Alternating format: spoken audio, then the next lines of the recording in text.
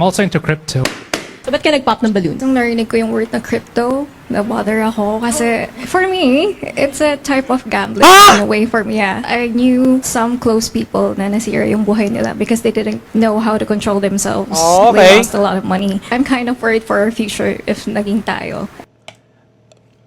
It's either na-liquidate yung mga tropa ni ate or si ate mismo yung na-liquidate. Pa kasi nag-futures yung mga tropa mo, te. Gambling talaga yon pag sobra-sobra mag-futures at ang taas ng leverage.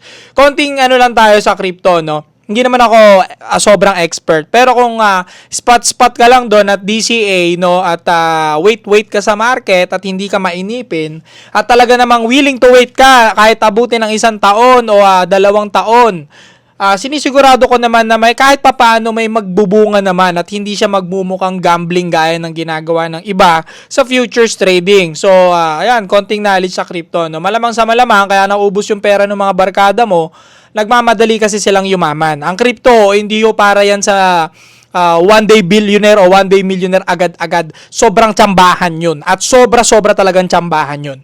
Yung ganong mga tao. And mostly kahit manalo sila ng isang malaking limpak, nauubos lang ulit nila ito dahil nga wala silang control, no? Dahil futures lang ulit nila yun. Naka 1 million ako. Hindi, gusto ko pa ng 10 million. Futures ko to, 100 leverage ko to.